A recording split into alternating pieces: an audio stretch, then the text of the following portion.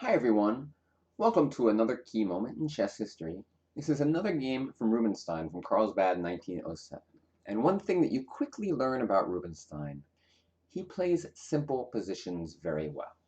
Very similar to his rival, Jose Capablanca, who's also well renowned at playing simple positions well. I'm just starting to look at both of their games, and I'm looking forward to seeing if I can feel what the key difference is between the two of them. Well, I just at a very brief glance, I feel like maybe Capablanca is like more universal. Like he plays, they both play simple positions well, but really Capablanca can play any position he wants to play. His feel for chess is that good. He just aims for the simple positions. It kind of reminds me of Carlsen somewhat, but I haven't seen enough of Capablanca's games in full. Soon I will, and then I'll know even more. But in this position, black to move. Pause your video and figure out what move you would play. All right, so black has the advantage here. Number one, the d pawn is weak. The rooks are both in the open file. And number two, the d4 square is weak. So whenever you see an outpost like this, you should always be thinking about getting your pieces to it. And therefore, black played knight f8 with the idea of knight e6 to d4 at some point. White played king f2, and knight e6 was played. Now white is busy. Now white has to play knight e2 to defend the d4 square because he doesn't want that knight hopping in. And therefore black's piece is active, white's piece is defensive. This is good news for black. Bishop to e8,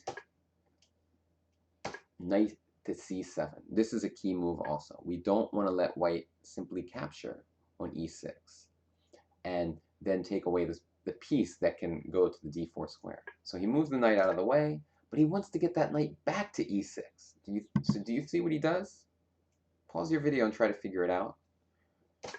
He plays bishop to d7, bishop to e6. Now he's going to trade these bishops, and his knight's going to come right back into that weak e6 square.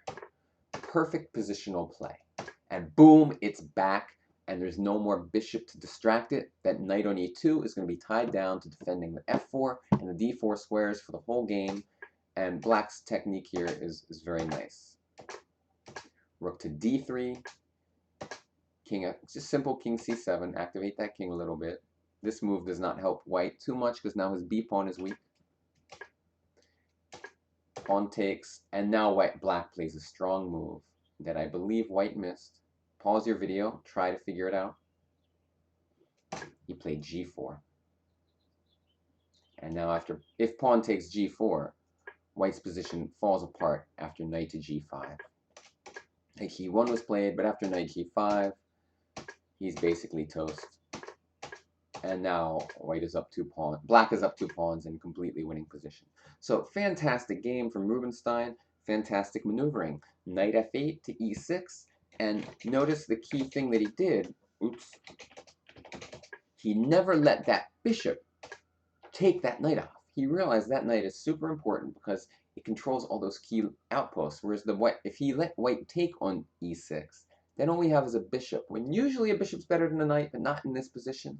The bishop doesn't have so much to do. Admittedly, it could try some plan like bishop to b5, but it's a little risky.